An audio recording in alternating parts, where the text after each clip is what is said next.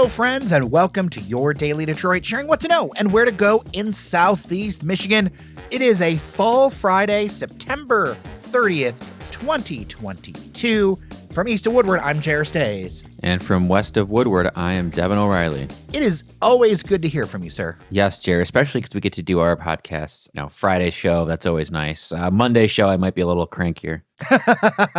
We'll see about that. It's National Coffee Day. Is it, Jer? Well, I've already got a couple of coffees in my stomach already, so I am off to the races celebrating National Coffee Day. But since it is the Friday show, I'll also offer that I picked up an interesting item at the store at Westbourne the other day. It was a pumpkin spice liqueur.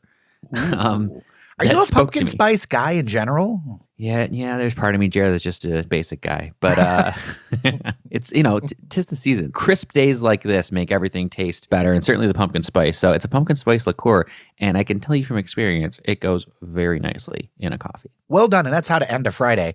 For me, I just want to encourage people to check out someplace local, whether it's near you, whether you decide to go into the city, cross town, check out some local place for National Coffee Day sometime this weekend. Kind of spread your wings a little bit, because that's part of the experience, is going out and seeing the city and seeing the region, places maybe you've never been. It's just something to do. Always, I'll give a shout out to the congregation who's been so kind to us over the years, Milwaukee Cafe. There's just so many. I will mention, I've not been here yet, but a listener recommended this week a place in Plymouth that I need to check out. It's actually a barbershop, salon, and coffee house. It's called the Garage Cuts and Coffee in Plymouth. I went and checked their Instagram.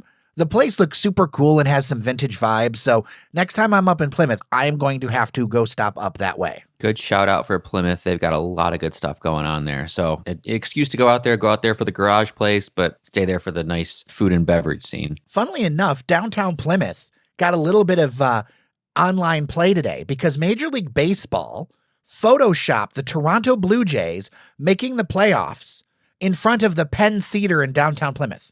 For some odd reason. Wait a second. How do we know it's the Penn Theater? Oh, it was all over my Facebook feed this morning, and I went and I looked and I saw all the pictures. It absolutely, to me, looks like the Penn Theater. They grabbed an image, they removed some of the marquee, and stuck the Toronto Blue Jays in front of it. So apparently, if you're going to celebrate baseball in Canada, you Photoshop in Metro Detroit. Sure, why not? I wonder if there's many Blue Jay fans in Plymouth, or maybe there will be more now. Now, not Plymouth, but where have you been up to, Jer? All right, so I have a different kind of recommendation this week. I was running errands in Oakland County, and I found a place called Sinclair Antiques. I don't usually recommend this kind of thing because a lot of times it's bars, restaurants, whatever. But I liked how they set everything up. If you're into vintage Michigan, Detroit stuff, all that, this is a great place to go. It is an old Sinclair gas station on South Rochester Road, full of it, and I picked up something for the studio. Oh, really? Given what you've already told me about this place, I'm sure it was good. So what did you get? I got a vintage Detroit Public Television license plate. I'm interested to know why someone would initially have a DPTV license plate, but I do know that is very appropriate because you're going to be back on the air over there. Yeah, I'm already working on a couple of pieces. I feel like we should give a nod to a friend. And I just kind of love the vintage vibes of it. It's blue and white and kind of has some nice color to it. For me, I'm into all that stuff. So if you've got any kind of crazy leads, dailydetroit@gmail.com. But go check out Sinclair Antiques if you want a little trip through memory lane, and you might just end up buying something because they've got some really good selection. Usually with antique stuff, I don't see this kind of good selection. I usually see kind of junk. This isn't. This is some really good signage, some just great pieces. It seems to be kind of changing. They've been open for a few years, so it's my fault for not going there sooner. But I literally drove by it and was like, what's this? And I had to stop. Oh, Jer, how far we've come. Just extolling the virtues of antiquing here on the Daily Detroit podcast. Next, we're going to be talking about birding. All right, Devin, there is a big story to talk about in our inboxes from listeners. This is going to be the focus of things. If we've got some time, maybe we'll get into some more, but we need to get into this about downtown office space. There's a couple of big developments. First off, late last week, as we were recording our show, General Motors announced that they were going to do a push to get white-collar workers back into Warren and Detroit. Well, This week, they rolled that all back, saying that, it caught employees by blindside. People did not want to go in, 2 to 3 days a week.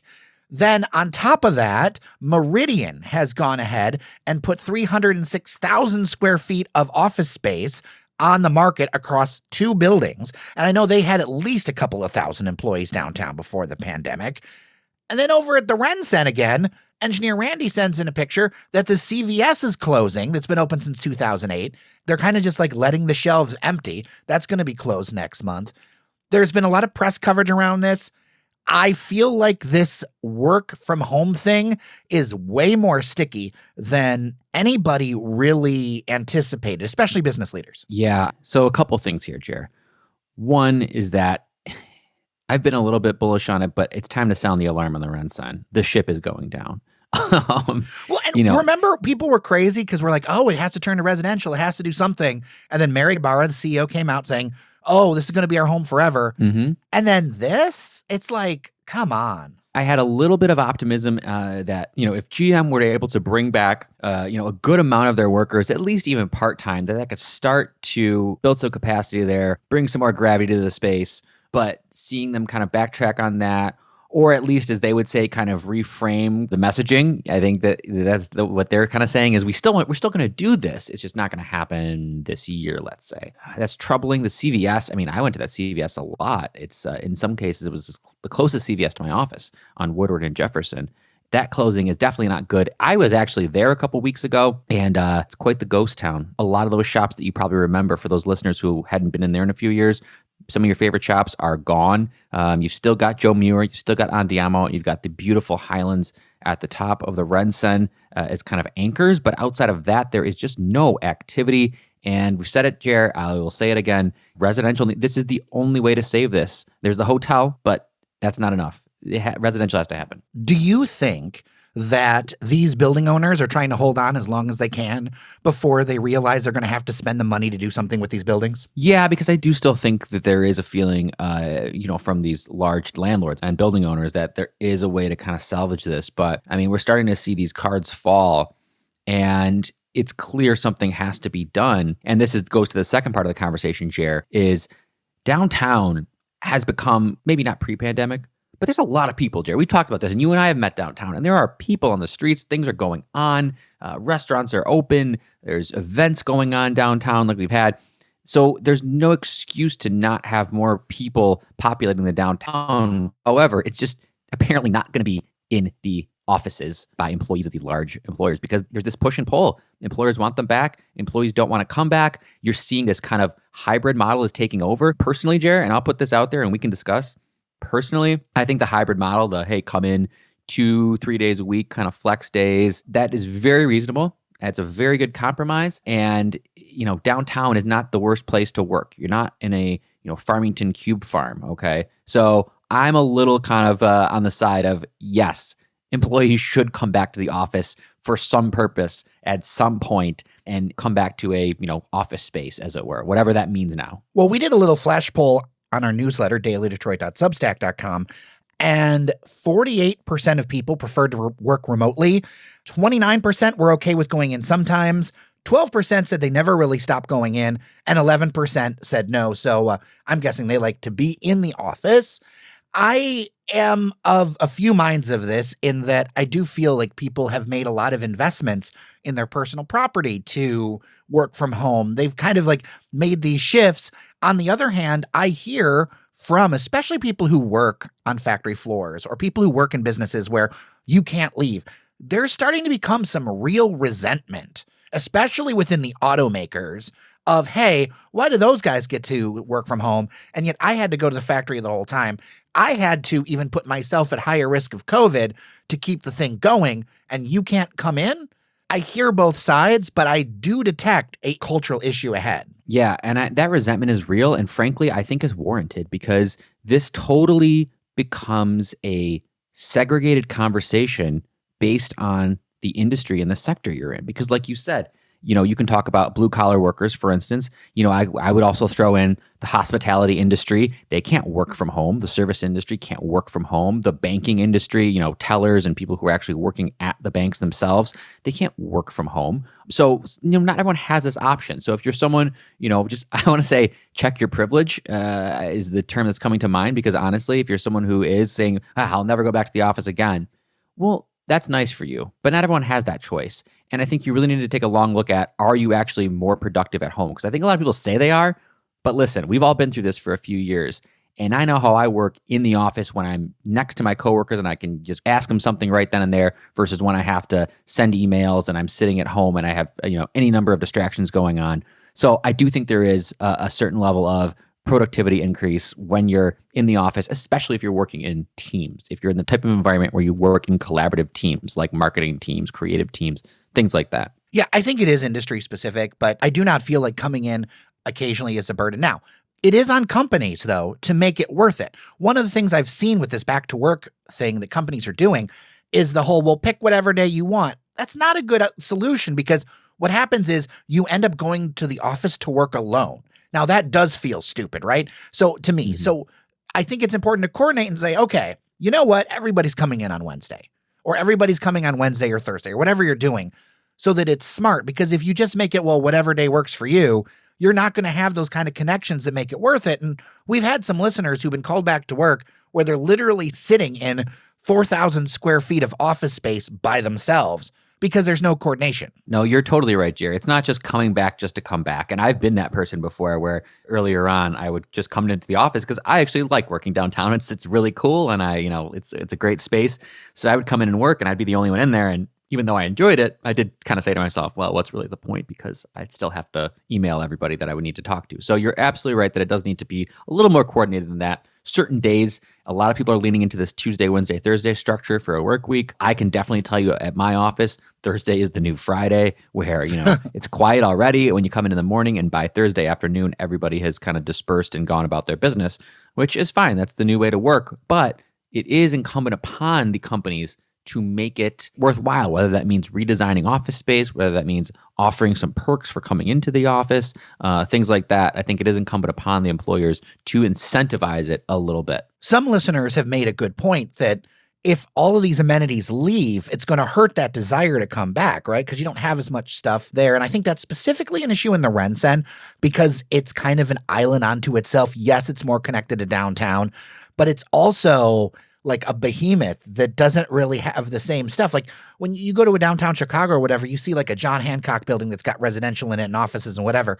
All that stuff is right there. Like you're across the street, you're doing a thing. It's like half a football field to get away from the RenCen. And that connectivity, I think, is a problem. Yeah. And can I tell you, we've kind of alluded to the fact that the clock is ticking on the RenCen, and I can tell you where the time runs out.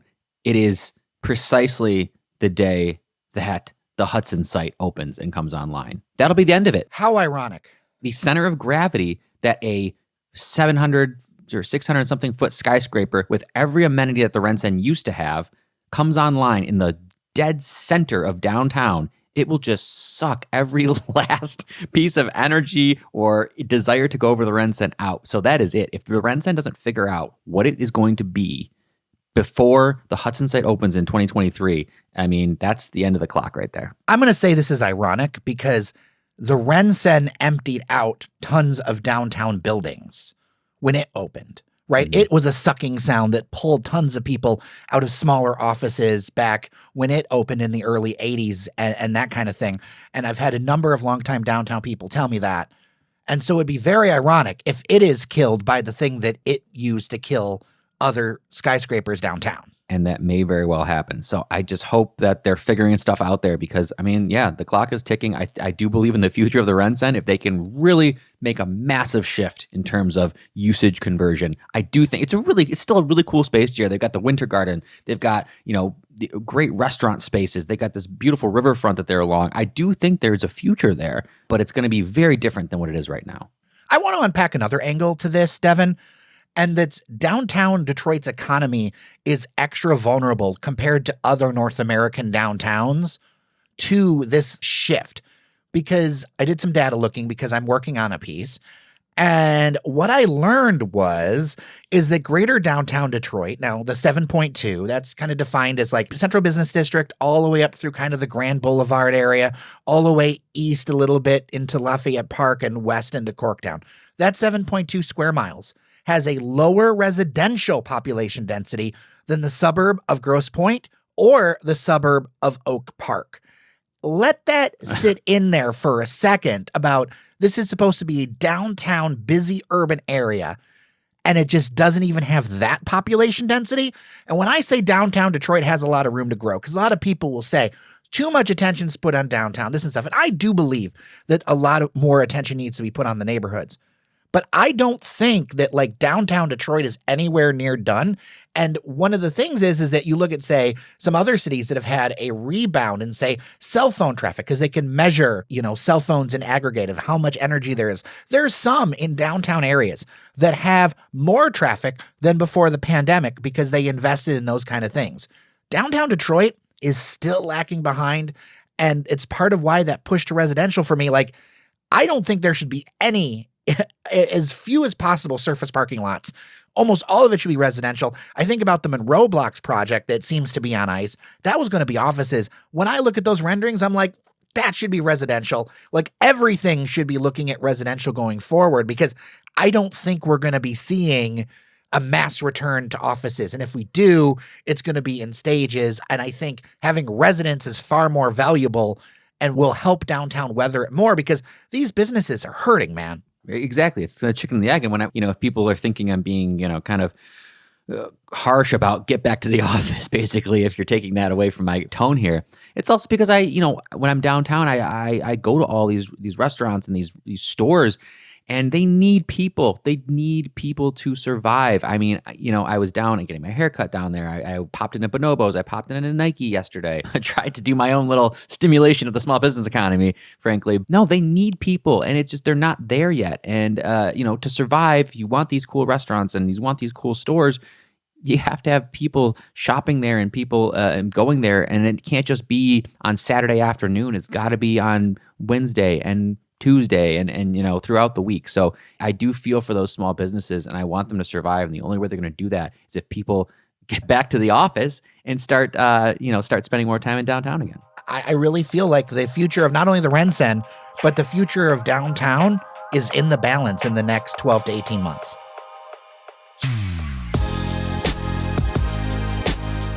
All right, and that is it for today's show. As always, we've got more headlines and stories to talk about. dailydetroit.substack.com. If you've got specific things you'd like me or Devin or the both of us to chat, dailydetroit@gmail.com.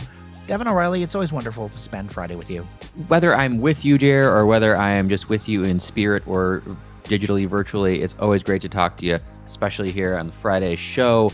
So hope everyone has a great fall weekend that we have coming up, and stay safe and take care. Well, with that, thank you so much for listening to Your Daily Detroit. I'm Jer Stays. Remember that you are somebody, and we'll see you around Detroit.